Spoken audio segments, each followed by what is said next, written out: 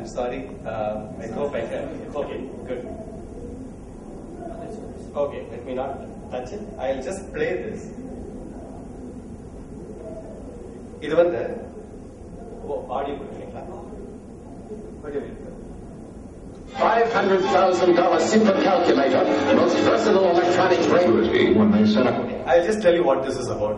This is an interview by the Congressional Committee of the US with a researcher who is working on Russian to English machine translation. Basically, we are building a computing system that will translate Russian to English in a very efficient manner. And once you give us money, we will build it. The interview, it will take just 1 minute. Please watch that. It's very interesting. They hadn't reckoned with ambiguity when they set out to use computers to translate languages. A $500,000 supercalculator, the most versatile electronic brain known, translates Russian into English. Instead of mathematical wizardry, a sentence in Russian is to be fed in. One of the first non-numerical applications of computers, it was hyped as the solution to the Cold War obsession of keeping tabs on what the Russians were doing. Claims were made that the computer would replace most human translators. At present, of course, you're just in the experimental stage. When you go in for full-scale production, what will the capacity be?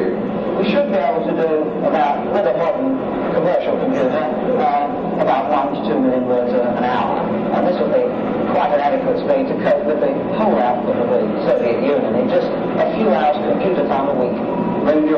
Okay, hold on. Before that, what he has said is, he was asked, they are building a computing system that can translate 1 million Russian words per hour into English, and given a few hours, they can intercept all the military communication of Russia and translate it on a daily basis.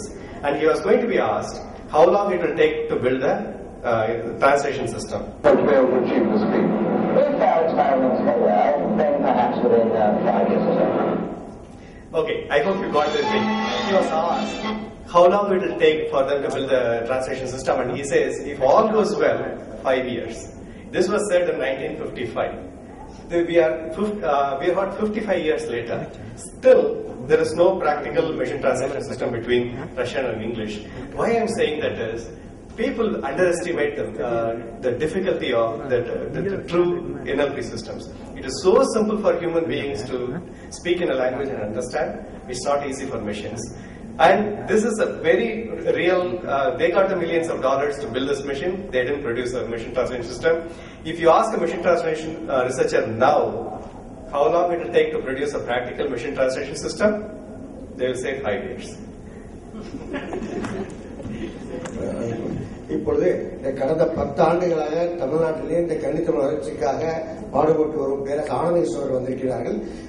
பேரரசு அவர்களே, கடந்த 1 மணி நேரமாக நாங்கள் கணித்துறை சேர்ந்தவர்கள், மொழியியல் துறை சேர்ந்தவர்கள், பதிப்பாளர்கள் 3 பேருமே தமிழ மென்பொருள் உருவாக்கத்துக்கு என்னென்ன தடைகள், யார் எந்த அளவுக்கு உதவி செய்யலாங்கிற பற்றி உங்களுடைய எதிர்பார்ப்புப்படி நாங்கள் வாய்த்தோம்.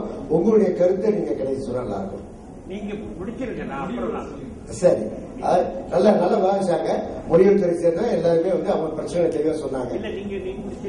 சரி, அவங்க ரொம்ப மகிழ்ச்சி.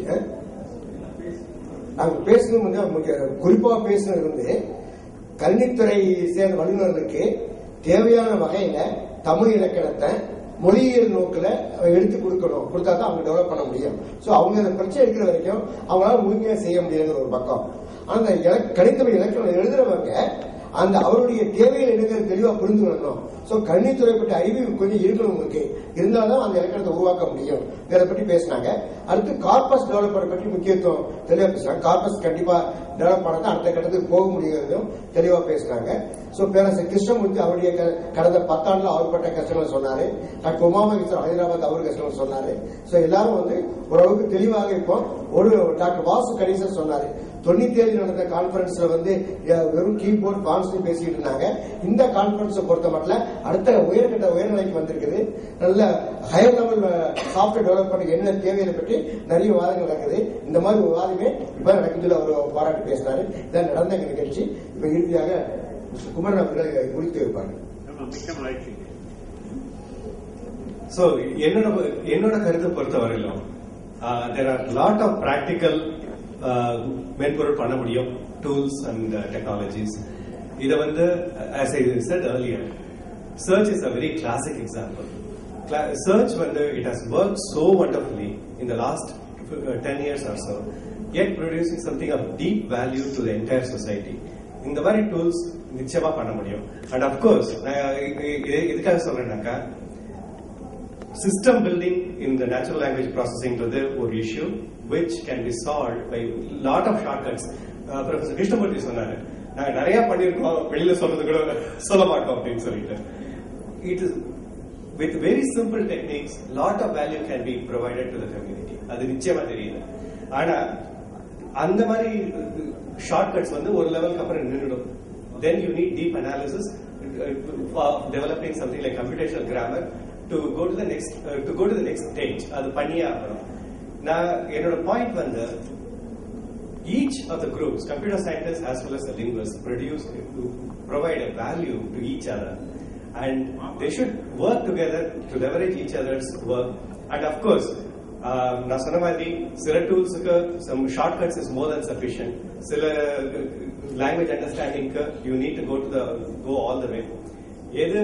எந்த ப்ராப்ளத்துக்கு எந்த சொல்யூஷன் சரின்னு டிசைட் பண்ணி ரெண்டு பேரும் ஒண்ணா உட்கார்ந்து பண்றதுதான் ரைட்டான solution. I think working together we can really produce something wonderful for the entire community, language speaking community. அனைவருக்கும் நன்றி. சிறப்பான அனைவருக்கும் நன்றி.